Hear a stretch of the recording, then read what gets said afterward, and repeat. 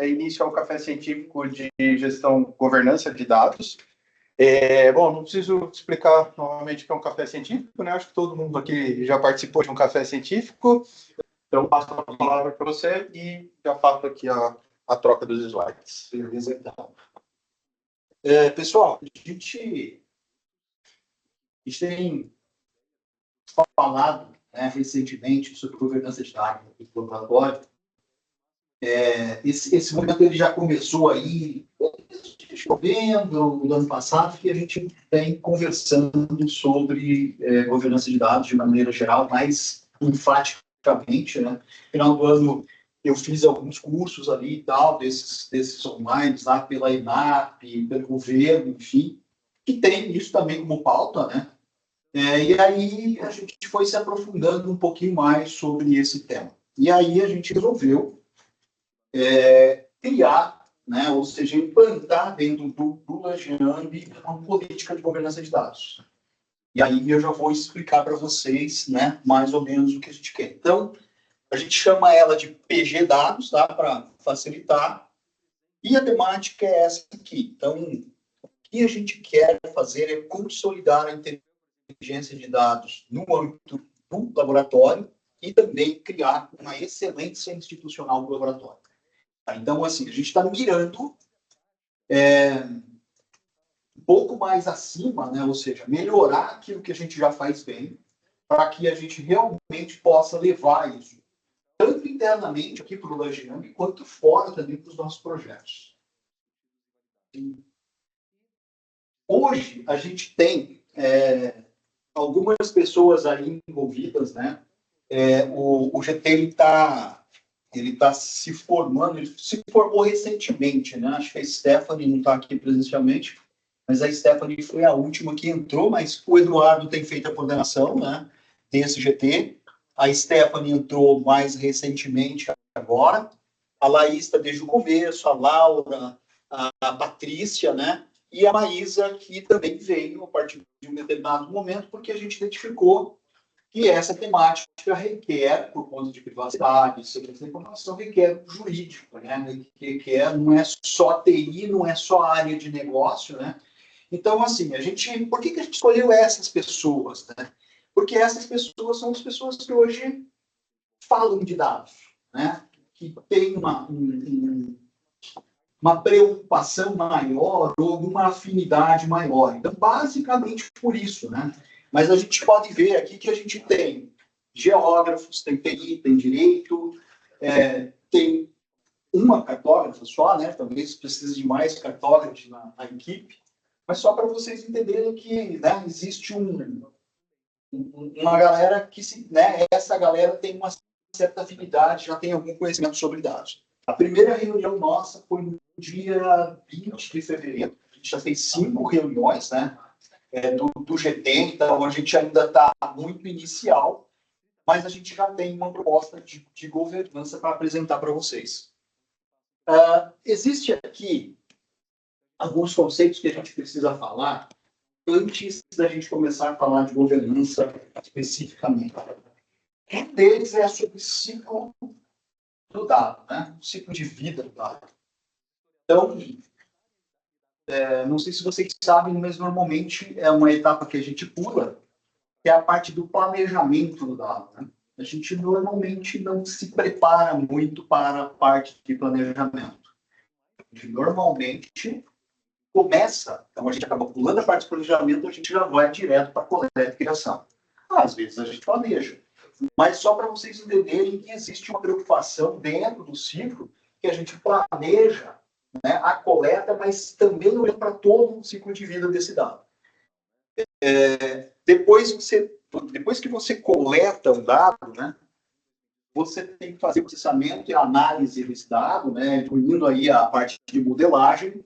Você, obviamente, vai armazenar ele e, em algum momento, você vai compartilhar esse dado, vai usar esse dado e também, em algum momento, pode ser que você tenha que descartar esse dado, né?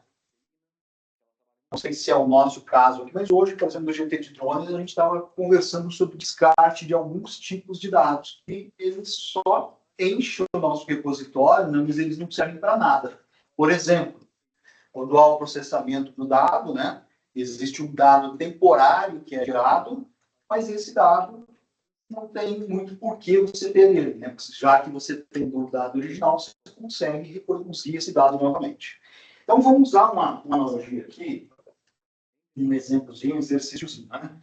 Vamos pegar o pessoal da geodésia. O pessoal da geodésia, supor que eles vão fazer o voo de drone, por exemplo. Então, eles vão voar o drone vai gerar esses dados, vai gravar uma memória interna. Depois, esses dados vão ser passados para um disco, né? Às vezes um disco externo, normalmente, para você conseguir trazer isso. Aí, através de um notebook, de uma estação nossa, a gente passa isso para o servidor de processamento. Ele passa pela rede, ele chega lá nesse servidor, em algum momento ele é processado, né? Sei lá, usa o Metashape, usa o DJI, enfim, para poder gerar um produto. E aí você tem, a partir desse dado, um conhecimento, né? Você gerou um produto que a gente pode considerar que ele é um dado, mas também é um conhecimento. E aí, você tem que pensar o seguinte, bom, ele está lá no local de processamento, ele ainda não está armazenado, né? A gente precisaria jogar isso para algum local para garantir que esse dado fique armazenado no local de maneira perene, né? Dependendo do dado, de maneira perene. Então, você tem que pensar em onde eu vou jogar isso, né? Aí, sei lá, a gente sobe, por exemplo, o SharePoint. A gente entrega o dado, ou a gente sobe ele, por exemplo, para a IDE, né? Para a nossa IDE, ou entrega para o cliente, enfim. Então, você está entregando esse dado, está fazendo uso desse dado, e você ainda tem que pensar agora por quanto tempo você quer armazenar esse dado. Então, aí que vem a definição de que tipos de dados são perenes, tipos de dados vão vencer, que podem ser apagados, em quanto tempo. Então, esse é o ciclo de vida do dado que a gente tem que se preocupar. A gente tem essa preocupação, a gente pensa. Na verdade, a gente faz as coisas meio automáticas, né?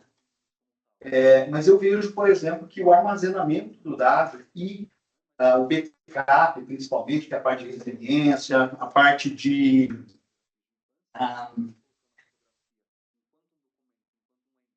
armazenamento por longo prazo, ela é uma coisa que a gente ainda não tem bem claro aqui.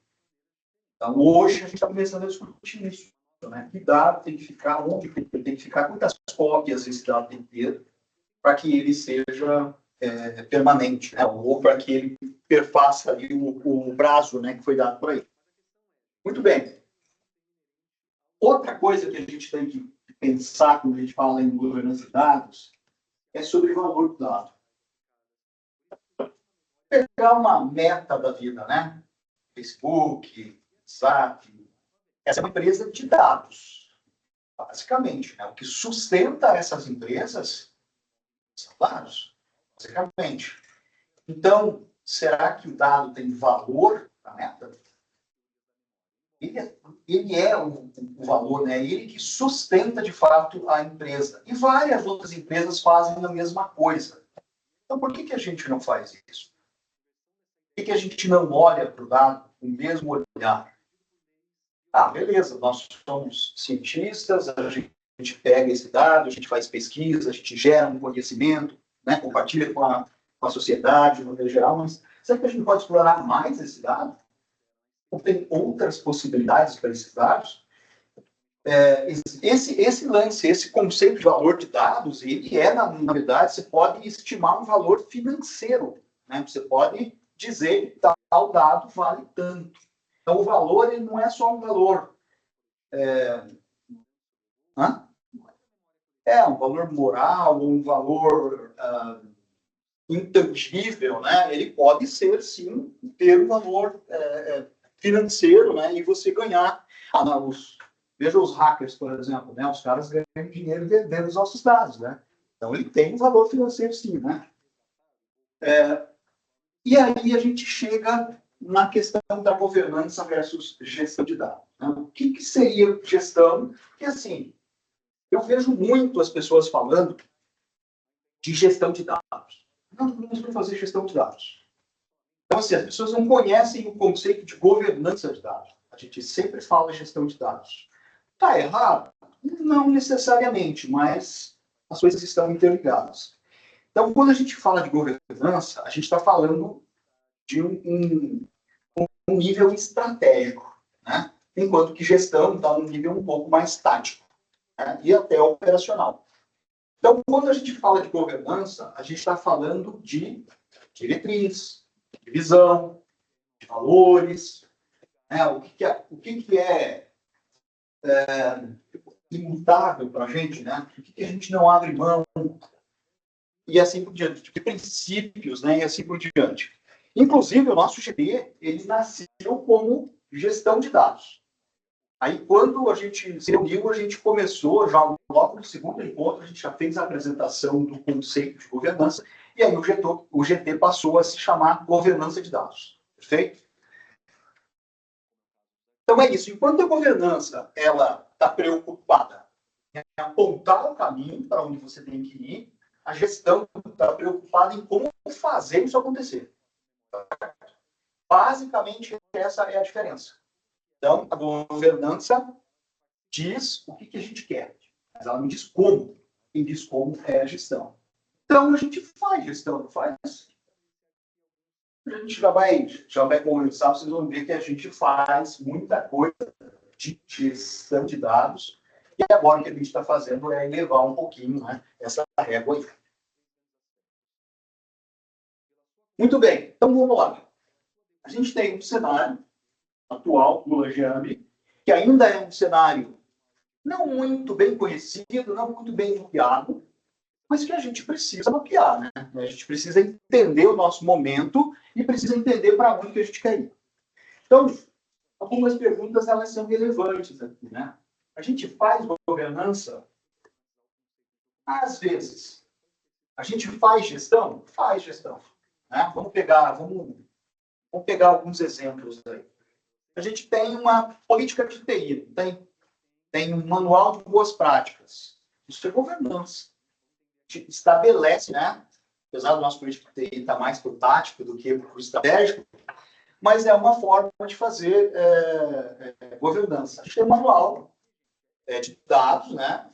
Que também é uma estratégia de governança. Ou seja, a gente estabelece o nosso padrão, adota esse padrão, e então, às vezes, não precisa nem ser um documento interno, não precisa ser um dispositivo interno para representar a governança. Se você adota um padrão, na verdade, você já está olhando em termos de governança. Por quê? Porque aquilo acaba te dizendo como fazer.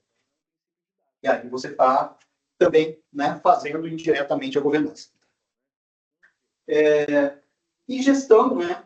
Então, assim, a gente tem boas práticas, não tem?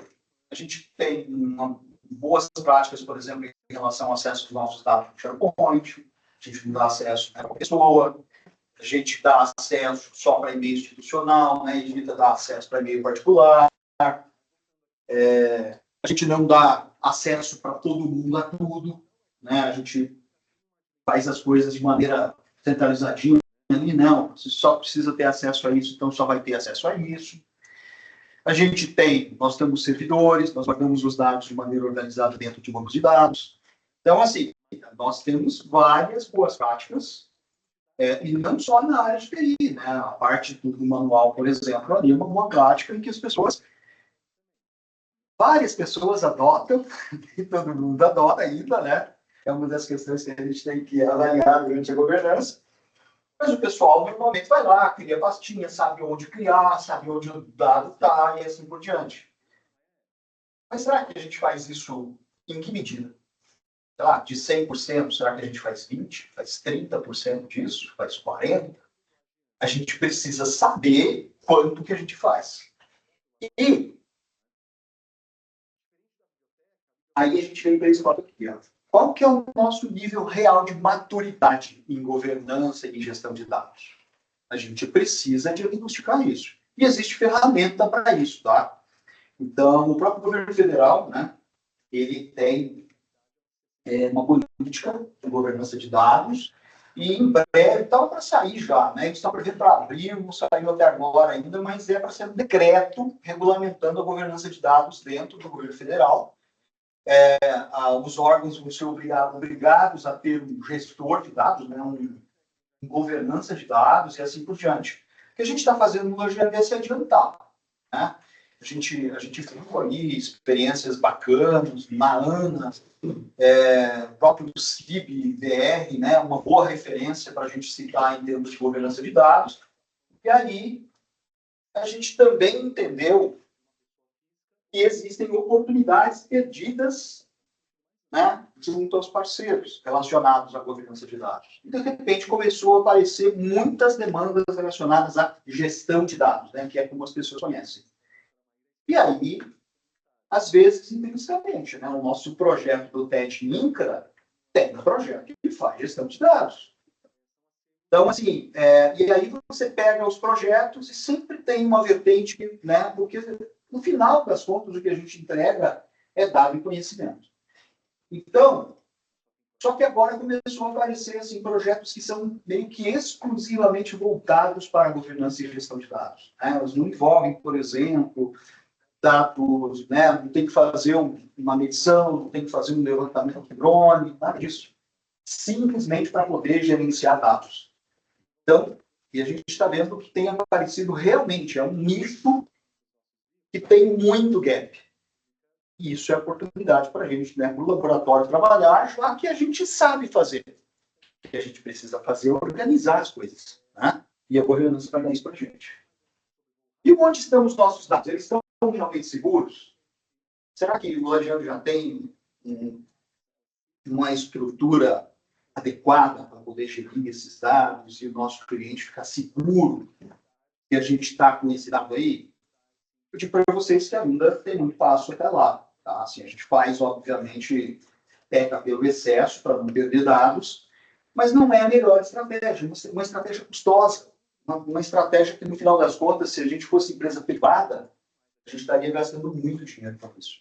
Na prática, a gente vai gastar, né? Porque a gente tem um acordo com a universidade que a gente vai remunerar pelo uso do SharePoint, por exemplo. Por isso que vocês estão recebendo tantos e-mailzinhos lá, quando vocês são donos de equipes ou donos de sites no SharePoint, está vindo e-mail para vocês dizendo que extrapolou. Se não está vindo é porque não extrapolou o tamanho do armazenamento, né? Mas está sendo baixado para 10 GB ou para 5 GB. Então, assim, por quê? Porque a universidade paga por isso. E o Lajeado, por usar uma quantidade bem expressiva disso, hoje nós estamos em torno de 22 terabytes de dados conhecidos, digamos assim, dados que a gente associa, que eu, né, mexendo lá no SharePoint, identifiquei que são dados institucionais do Lajeado.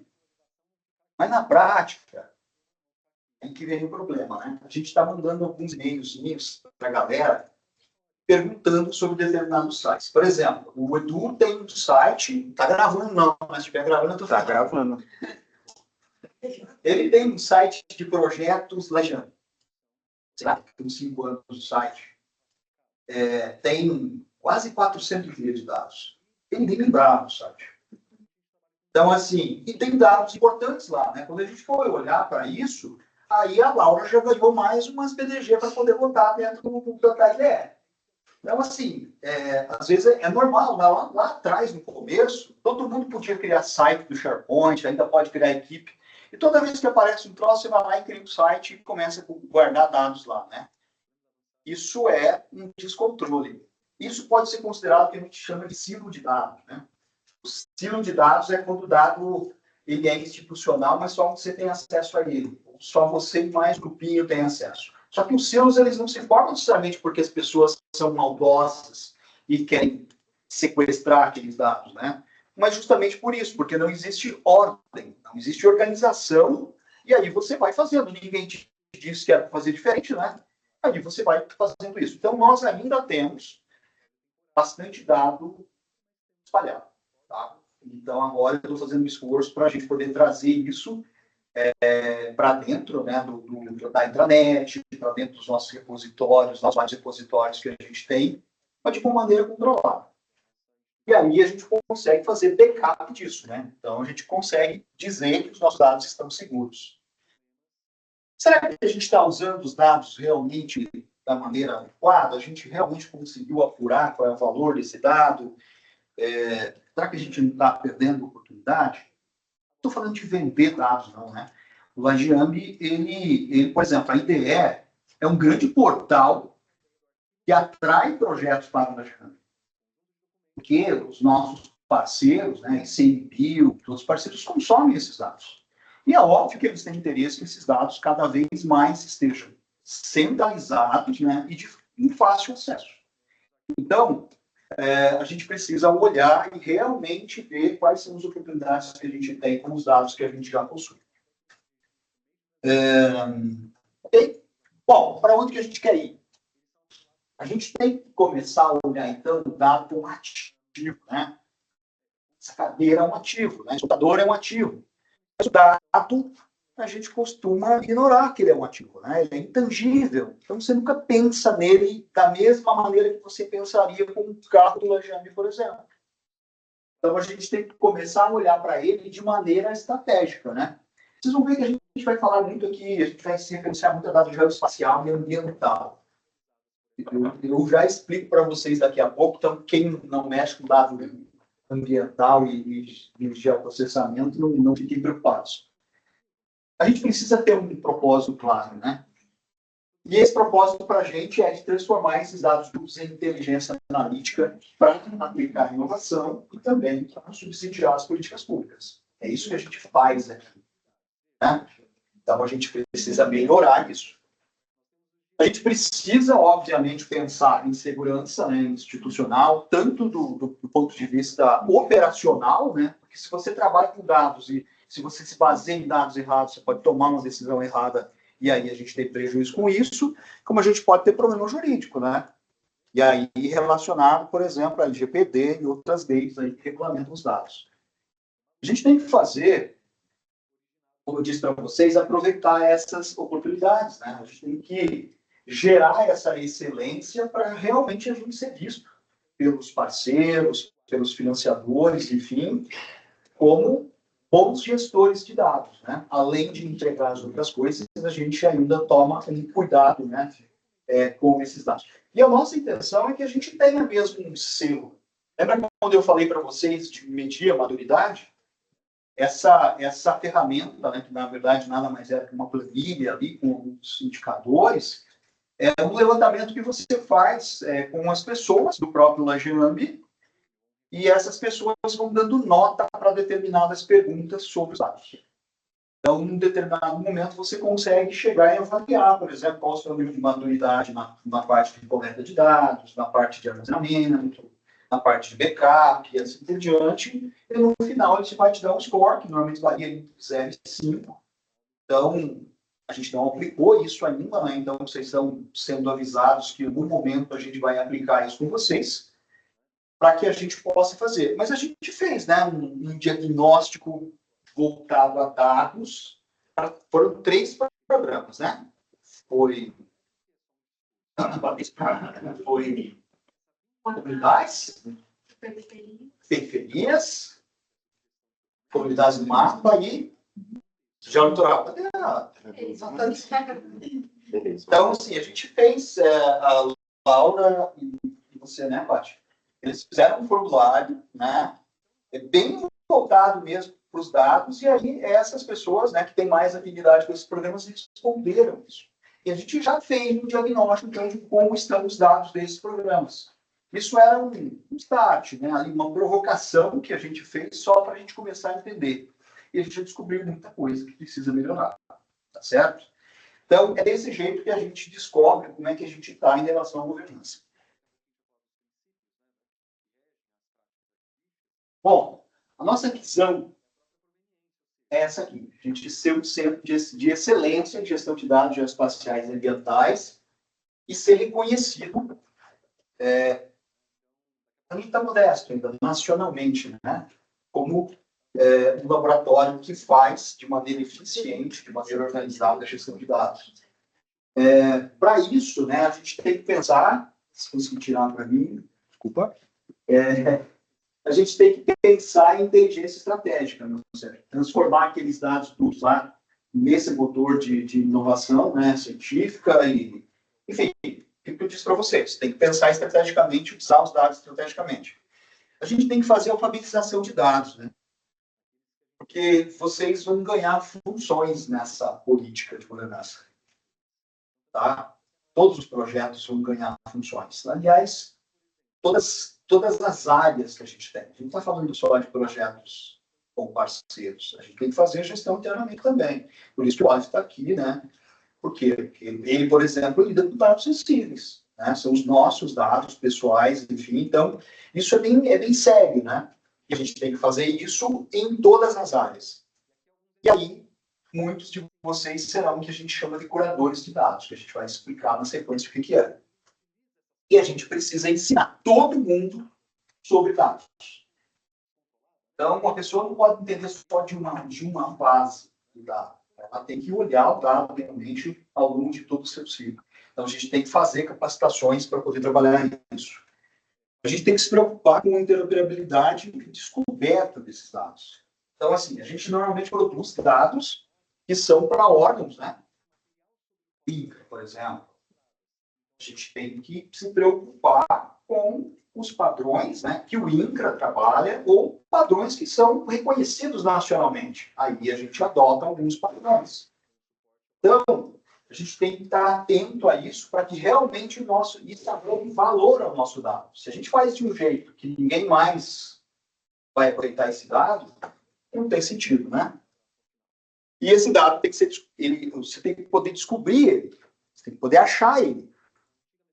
E aí você tem técnicas para poder fazer isso, né? De maneira que realmente esse dado seja encontrável e só assim ele vai ser útil. Se ele não é encontrável, né? Se ele está naquele site do Projeto Lajeando, se ele está lá em Projetos Lajeando, né? Ninguém vai saber que ele está lá. Tá? Qualidade e acurácia. Qualidade é algo que você trabalha desde o planejamento do dado, né? E qualidade tem também muito a ver com metadados. Metadados eu sei que é um tema que, pelo menos os geógrafos e os cartógrafos trabalham, né, bastante profundamente. Então, vocês sabem o valor que tem o metadado por dado. O dado não é, de fato, um dado completo sem os metadados. Você tem que fazer auditabilidade, né, e linhagem. Então, esse dado ele tem que poder ser auditável. E você tem que cuidar da linhagem. Linhagem, todo mundo sabe o que é?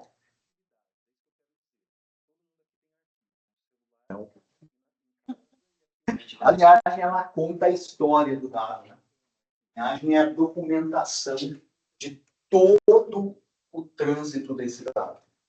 Então, se você... quando ele foi coletado... Pode falar isso também.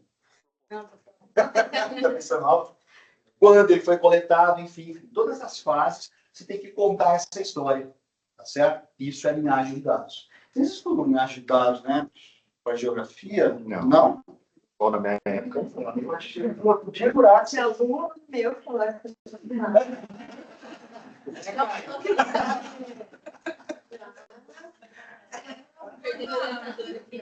Pelo amor de Deus.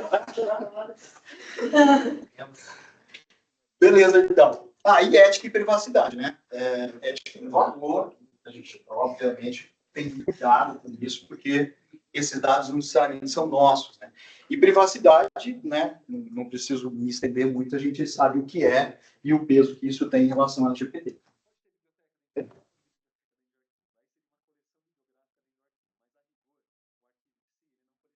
E só rapidinho, né?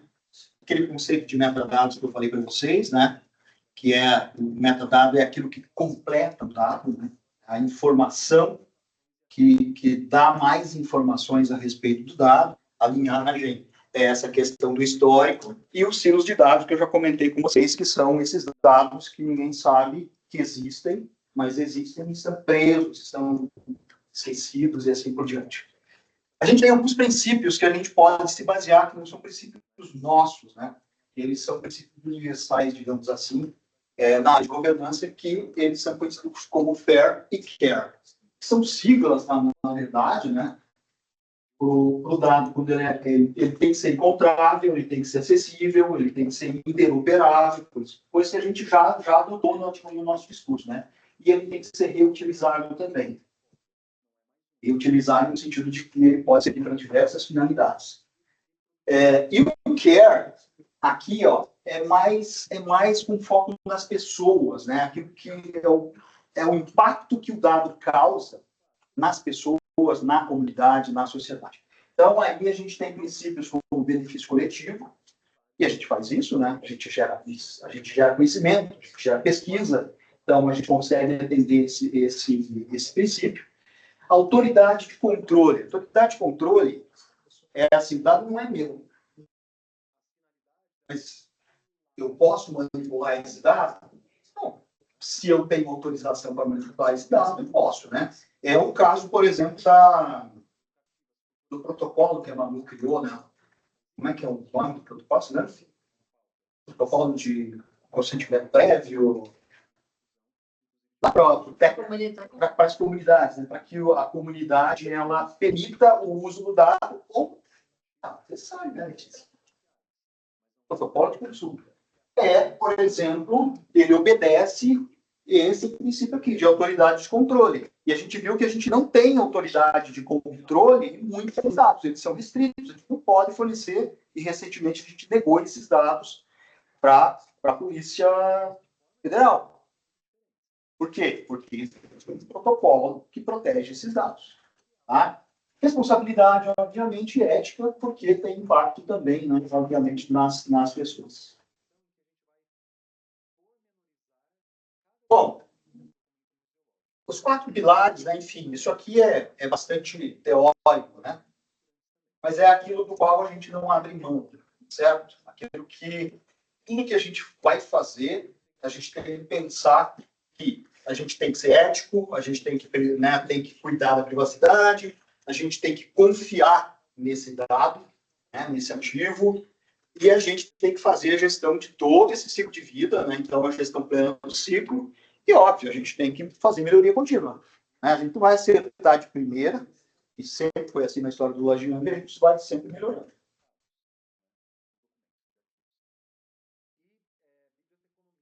E tem diretrizes que a gente chama de estratégicas e de cultura. Quando vocês forem ler, né? Vocês vão ler, né? A política de governança, claro. Então, vocês vão encontrar diversas diretrizes. Algumas delas a gente classificou como estratégicas e assim por diante, né? Vocês já ouviram o Edu falar bastante em soberania tecnológica, né?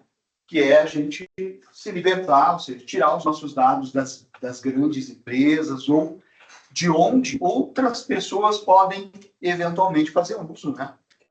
Desses dados. Então, é o nosso caso como SharePoint. Então, tudo que a gente, né, toda a nossa operação hoje está pautada em cima de Microsoft.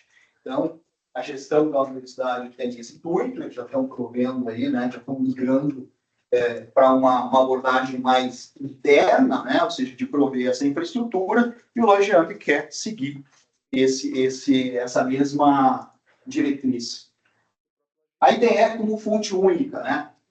Então, assim, a gente sabe, a gente já adotou, a gente já consolidou a nossa IDE como o nosso repositório que dá visibilidade para o Lojamp. Então, a gente coloca os dados que são públicos ali dentro e a gente distribui isso, né, de maneira aberta para a comunidade. Mas o que pega mesmo é a cultura nossa. É assim, aí vocês talvez não tenham se tocado, mas governança de dados, todo mundo que tem acesso ao dado tem responsabilidade sobre o dado. Interessa se você vai só subir ele para o SharePoint. Todo mundo que lida com o dado, tem acesso ao dado, precisa conhecer sobre dados. Certo? E aí, obviamente, a gente tem um trabalho grande de disseminar esse conhecimento e essa cultura.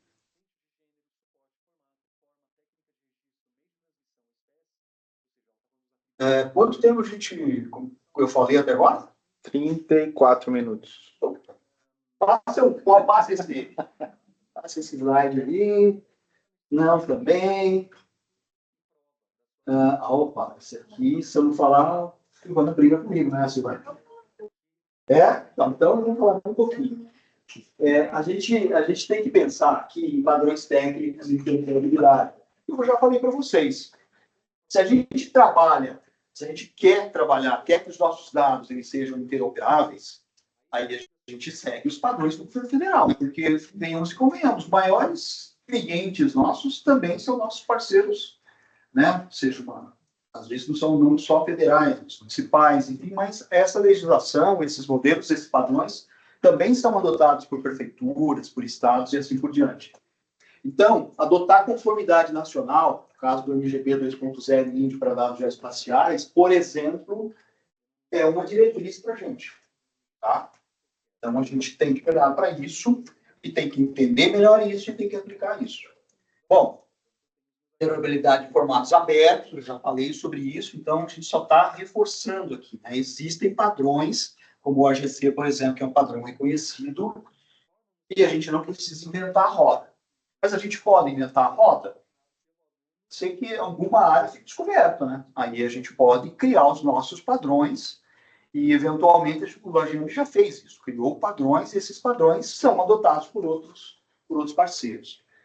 E a gente tem que olhar e tem que... Aqui a gente colocou um manual técnico interno, né? Esse manual técnico de nomenclatura, de armazenamento, enfim, mas outros manuais vão surgir. E esses manuais já vão ser pautados, então eles têm que ser seguidos, gente. Né? Então, assim, hoje a gente olhando, né, para os dados que a gente tem no SharePoint, a gente vê que várias das bibliotecas que a gente tem ali não seguem esse padrão ainda. Isso vai ter que ser arrumado. Então, veja, a gente não fez antes, que a gente ainda não tinha essa diretriz, e vai gerar um retrabalho para a gente. Então, o negócio é não ter retrabalho lá. A gente tem que pensar tudo isso muito cuidadosamente para evitar retrabalho, porque isso custa dinheiro. Ah, esse aqui é bacana, isso aqui tem que falar. Então, assim, como é que a gente vai trabalhar? Como é que a gente vai trabalhar a governança de dados aqui dentro? A gente precisa ter alguns papéis, né, algumas responsabilidades, e precisa dar nome para esses papéis. Só que, é curioso até, né, eu lembro da reunião que a gente fez com a Ana, os caras disseram o seguinte para a gente, assim, ó, nunca nomeie uma pessoa, nomeie sempre uma função. Porque a pessoa sai da instituição, a função não necessariamente.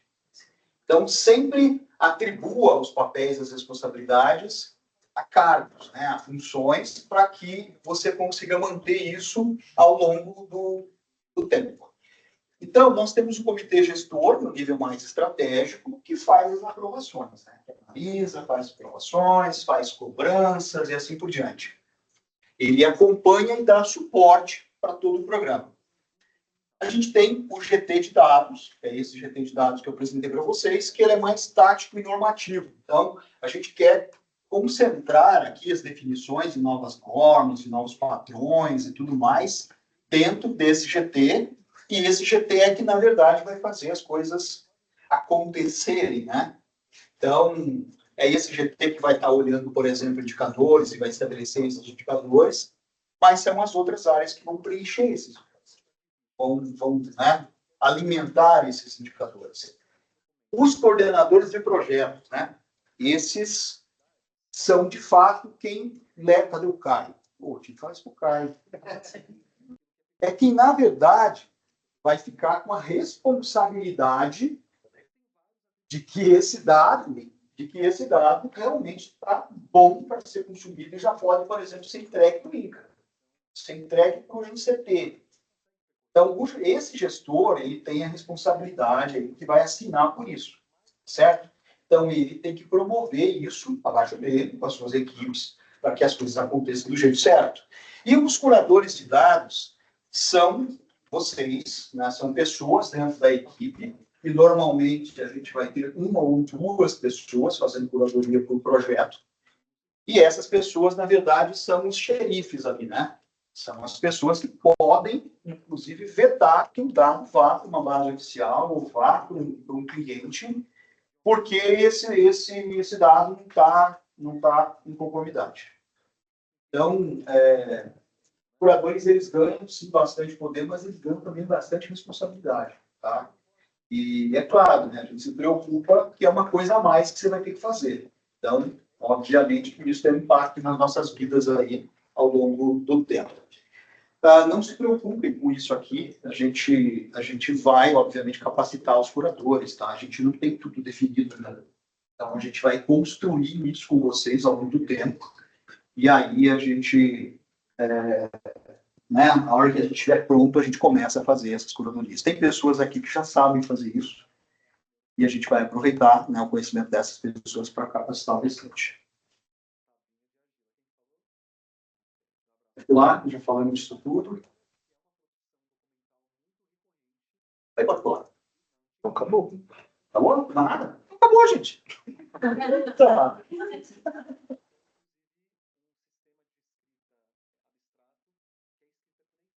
Esse final do estrago ou não? Então tá bom. Isso é mais uma dissertação do que você está falando. Tá joia, então.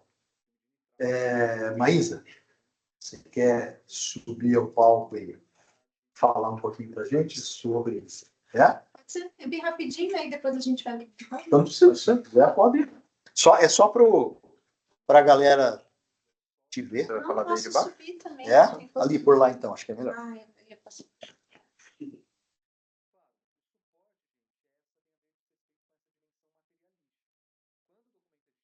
Boa tarde, boa tarde. A minha parte é bem pesada, mas para falar ela é bem tranquila e bem rápida. Eu estou plagiando já tem alguns anos, faço as atividades de compliance do Lagiane. No começo era bem fácil. No começo, né, quem está aqui há mais tempo lembra do histórico. A gente fez uma auditoria de conformidade, o objetivo era só ver se a gente estava andando no escada. Está pagando diário direitinho, está comprando direitinho. Depois a gente foi auditado e levamos vários elogios da CGU. Né? Não somente estão andando na linha, como estão servindo de exemplo. E aí o Eduardo trouxe agora outras demandas. Então, vamos começar a melhorar em outros pontos. Passamos para a inovação. E a agenda de inovação, querendo ou não, ela toca também um pouco no GT de dados. Né? Para entender inovação, comecei a tentar entender, na outra fala que a gente teve a oportunidade de fazer, comecei a tentar entender desde o direito autoral. Porque nem tudo que a gente produz aqui, ele tem uma propriedade industrial, ele é visto como inovação para o mercado. Ele tem um valor totalmente diferente do que o mercado avalia, né? A gente precisa também saber fazer esses registros geoespaciais, etc., né? E até as licenças. Então, o direito autoral também entra um pouco aqui no GT de dados, quando a gente vai discutir licenças, as explorações dos dados. E outro desafio foi o GT de dados, né? A minha função, na verdade, ela é de conformidade, é verificar o laboratório dentro dessa política, dentro das diretrizes da governança, nesse ciclo do dado entre fazer a coleta, tratar, armazenar, compartilhar, se nós estamos todos, se essas diretrizes estão em conformidade com a legislação. Por várias vezes, como o Valmir falou, na verdade, a gestão de dados a gente já faz há bastante tempo.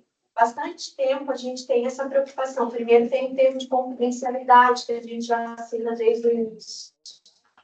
Esse termo de confidencialidade estabelece que é importante que a gente não assine só para assinar, para cumprir uma tabela que a ADM mandou, mas que a gente leia, entenda que tem naquele termo de confidencialidade. Lá a gente diz que a gente vai tratar os dados como sensíveis, que a gente não vai compartilhar, que mesmo ele tendo valor para um hacker, a gente não vai vender.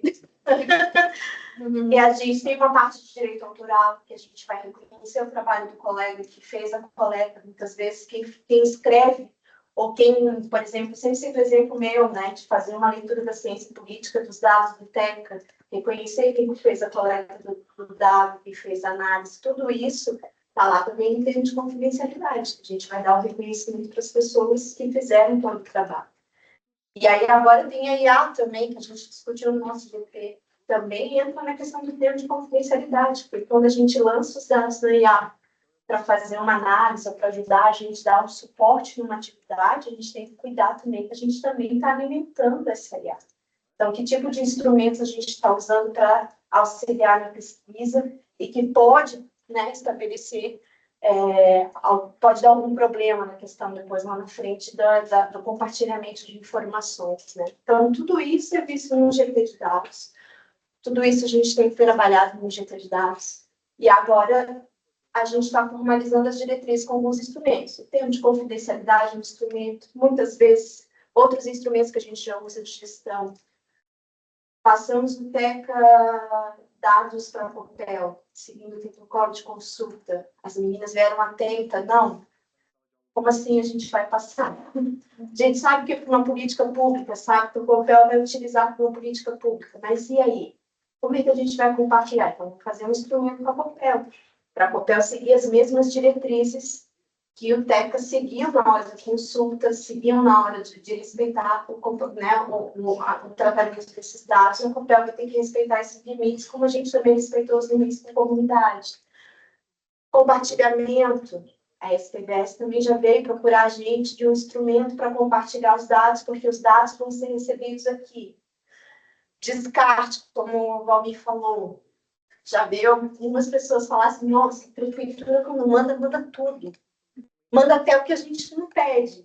E aí eu faço o que com esses dados?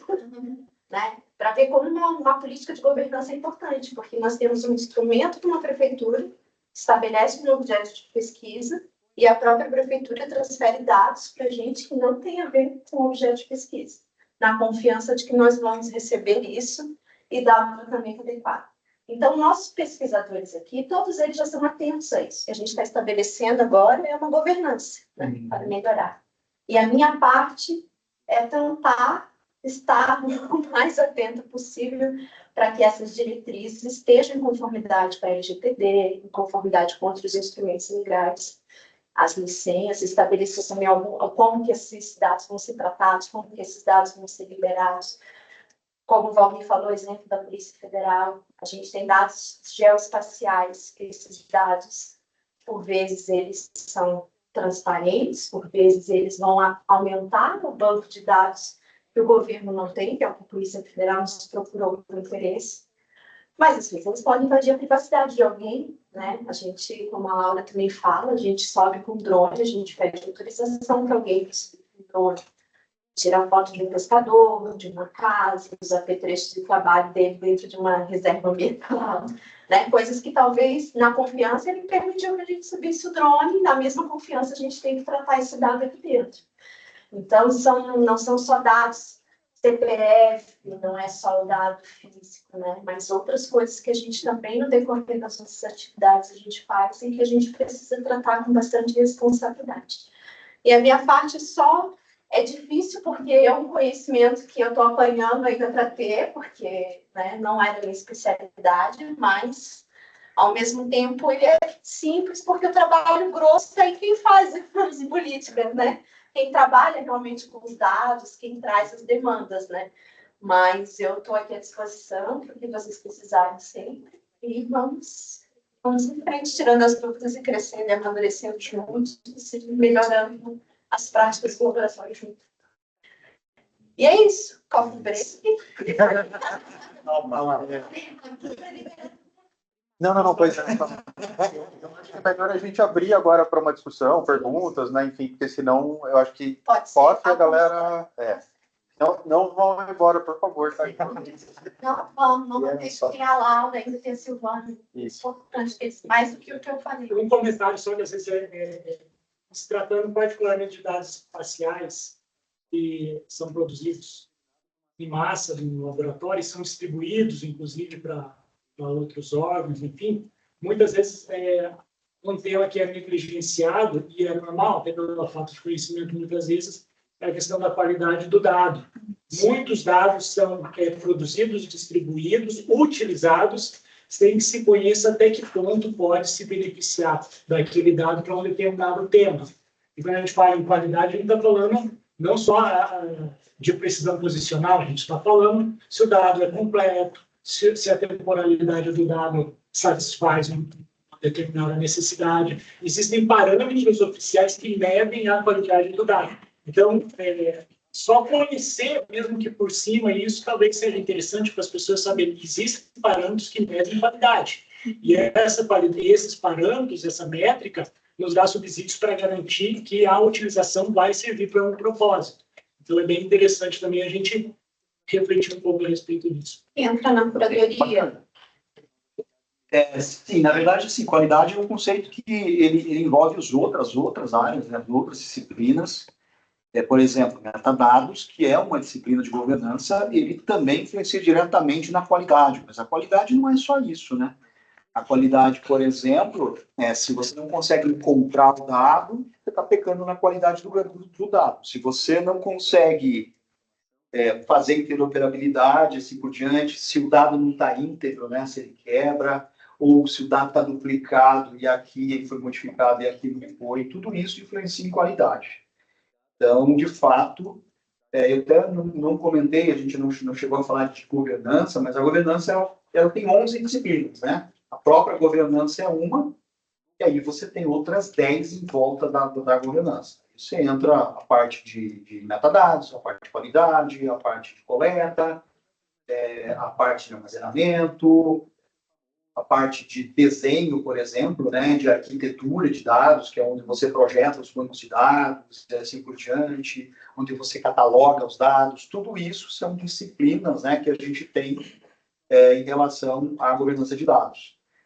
Hoje a gente não tinha o objetivo de dar essa fundamentação, mas a gente pode trabalhar isso com vocês mais tarde, né? Os próprios conceitos que também são bem bacanas a gente ver. Mas acho que até complementando mesmo o que o Caio falou, pensar, principalmente na qualidade de dados geoespaciais, em que sejam incorporados aos processos a mensuração da qualidade para poder reportar isso nos metadados, né? Então, acho que são coisas que a gente pode, ao longo do tempo, pensar em métricas de qualidade que vão desde dos nossos mais tradicionais, né, de acurácia profissional, completude, etc. E também da parte de usabilidade, que seria essa parte de acesso, etc. Então, a gente pode pensar dentro desse ciclo, né, de em quais horas a gente mede e para que isso seja subsídio de relatório nos metadados, né? Então, colocar umas práticas, ele tem várias, ele tem N coisas que, na verdade, medem, né? Cada vez que é gerada um ortofoco, já tem ali o relatório de qualidade, cada vez que é processado um ponto de GPS, ele tem o relatório de qualidade dele, mas essa qualidade vai se acumulando, digamos, ao longo do tempo, né? Então, acho que é sempre uma coisa, porque a confiabilidade do dado, o valor do dado está na confiabilidade dele, e justamente a gente incorporar essas métricas de medição e relatório desses dados ao longo do ciclo de vida. Eu acho isso super importante, porque nós estamos falando hoje de uma maturidade do laboratório, onde nós estamos sendo procurados por órgãos públicos para ampliar o banco de dados desses órgãos públicos. Né? Então, por exemplo, eu cito a reunião mais recente que foi com a Polícia Federal e que a gente vê que eles pretendem o uso do dados para confirmar algumas, me fugiu a palavra agora, não é auditoria, algumas perícias que eles fazem nos locais, né?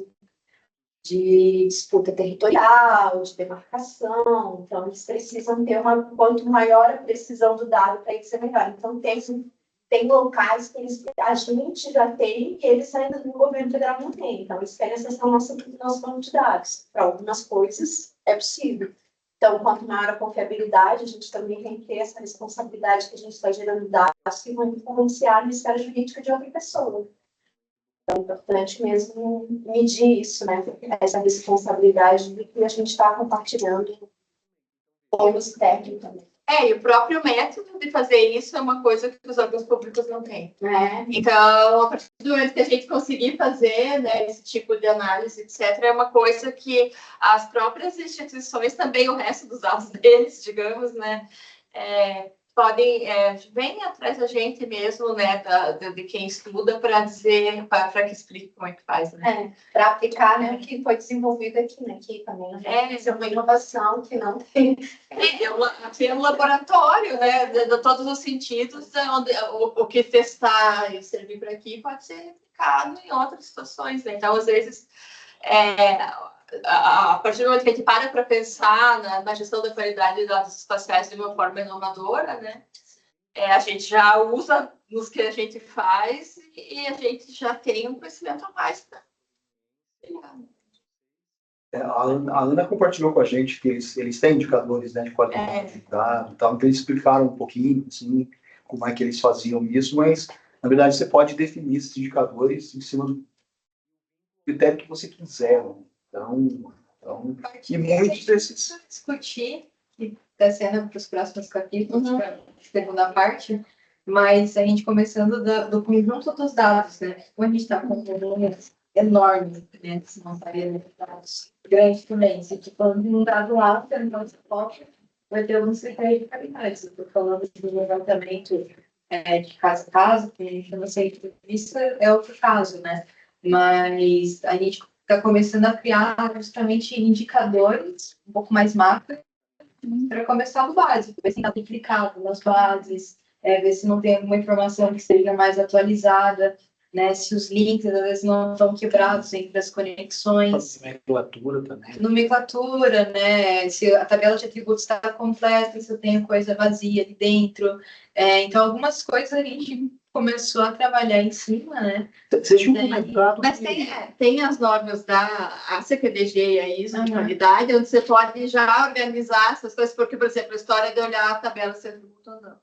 Na verdade, você tá trabalhando com assistência lógica, né? Então, é muito legal, porque tem normas brasileiras, né, de controle de qualidade de dados geoespaciais, tem o manual do BGE, tem normas internacionais. Então, tudo isso é bem legal e a gente pode ir alinhando isso com procedimentos... Exatamente, você não precisa inventar a roda, tudo documentado. É só você pegar as normas de avaliação de qualidade e aplicar nos dados que nós utilizamos. O que eu vejo hoje é a produção de dado sendo utilizada para casos em que o dado não supre.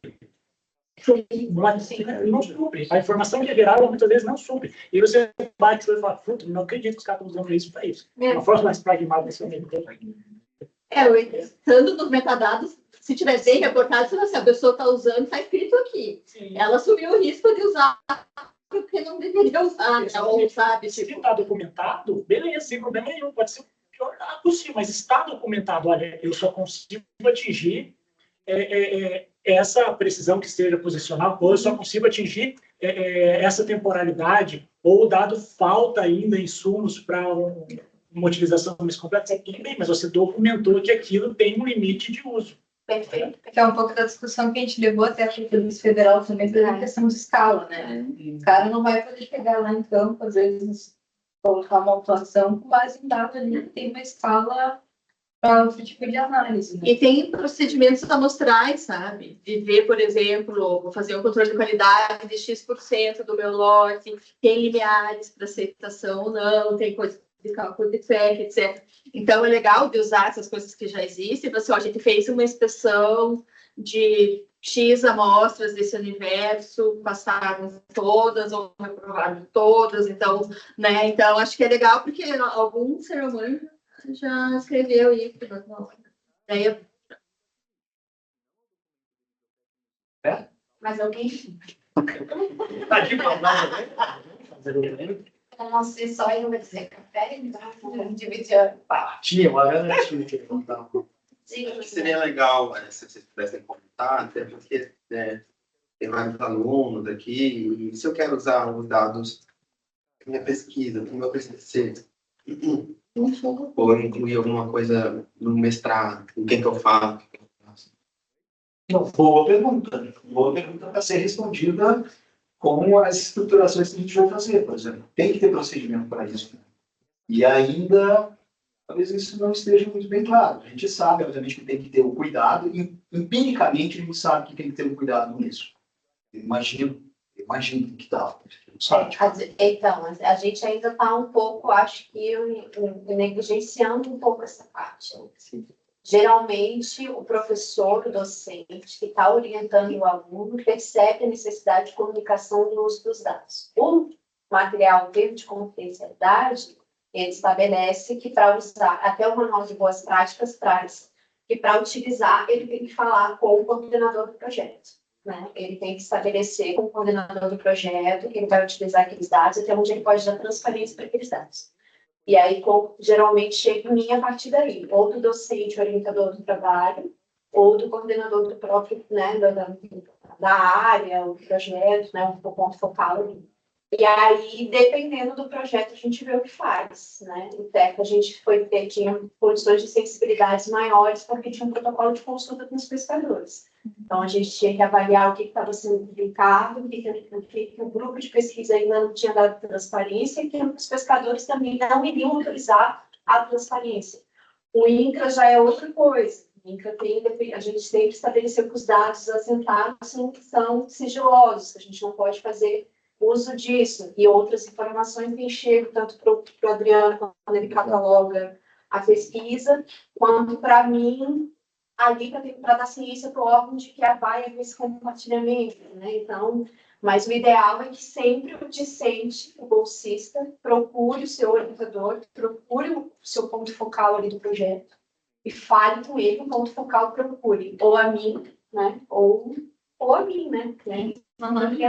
E aí, dependendo de como for, eu vou levar tanto para o coordenador, para o Edu, vou levar para o GT, dependendo da escala de sigilo dessas informações, né? Dependendo da sensibilidade do que está sendo imputado. Adriano, também vai entrar quando chegar para ele. Posso complementar? Então, Arana, a gente tem, por exemplo, essa questão já surgiu no TED INCRA, né? E, assim, o que eu conversei com o Edu e que a gente definiu, e aí também em conversa, claro, né, com o pessoal do INCRA, com o superintendente, é que todo dado que a gente está gerando foi gerado pela gente. Então, o Lajeambi é um coautor também desse dado. Na verdade, é o autor, né? Mas a gente não é o dono único do dado, porque, na verdade, ele está sendo gerado no âmbito do TED. Então, assim, não necessariamente a gente precisa validar isso toda vez com o INCRA, né? Então, o que, na verdade, a gente está seguindo o fluxo conversa com o coordenador, e aí, dependendo da sensibilidade disso, aí ele vai acionar a Maísa, e aí, enfim, a Maísa vai pensar como que é melhor validar esse processo. Exato. Sempre e a gente tem discutido isso, que é a questão de compartilhamento, por exemplo, né, no MEPDOC, compartilhamento agora com o CPI. Daí outros pesquisadores estão envolvidos. A gente acaba envolvendo na agenda outras pessoas que não são do Lajeando. Então, como que a gente vai rastrear, que é uma coisa que eu tenho discutido muito com o Valmir, trazendo para o GT, a preocupação de rastrear por onde andou esse dado, porque o INCRA, nós somos atores, né? Autores. O INCRA estabeleceu, para ele tanto faz, ele deu para a universidade, né? O Lajeando não tem CNPJ.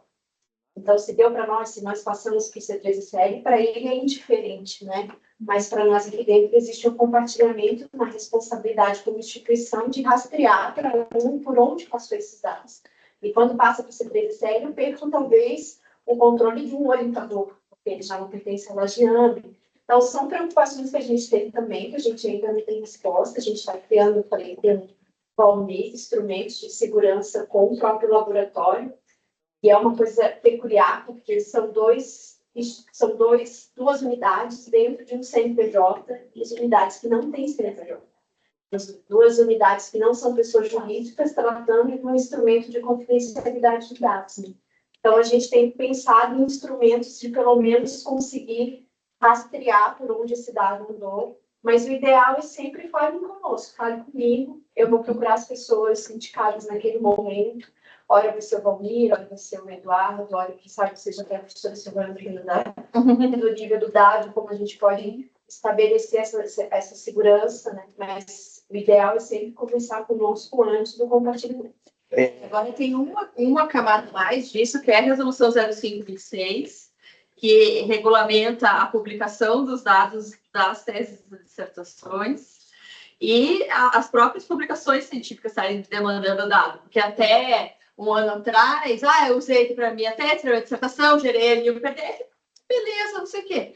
Mas, a partir de agora, a gente começa, por exemplo, a 0526 fala em DOI das bases de dados. Isso é uma coisa que a gente tem que colocar, mesmo os dados que estão abertos na IDE, Isso é uma coisa que até comecei a conversar com o pessoal da universidade aí, mas até que ponto, se eu usar uns dados que sejam produzidos aqui, que estejam na IDE, que já tem uma licença de uso mais aberta, não é nem o dado mais sigiloso.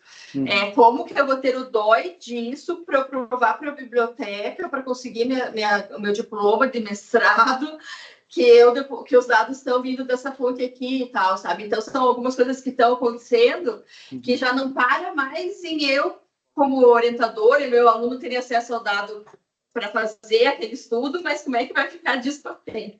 Então, é sempre uma cadeia, né? Sim, eles falam de tudo, né? Perfeito. existe bastante da gente, né, para comprar do leitor. A tecnologia coloca coloca diretrizes. Mas muito bom ter surgido a questão também, porque eu acho que uma das maneiras de deixar isso mais transparente possível é me informar que existe uma pesquisa no âmbito, por exemplo, do TED-INCRA, porque eu faço esse acompanhamento e eu presto contas. Até hoje eu estava fazendo a atualização do painel de monitoramento e eu coloquei ali quantas pesquisas, o nome das pessoas, qual que é o programa. Então, se tem algum tipo de correlação que está usando os nossos dados, me informe, porque a gente já deixa isso, sei lá, passou 2, 3 anos, esse dado não podia ter vazado, mas a gente está informando o parceiro semestralmente que o dado está sendo utilizado, tá?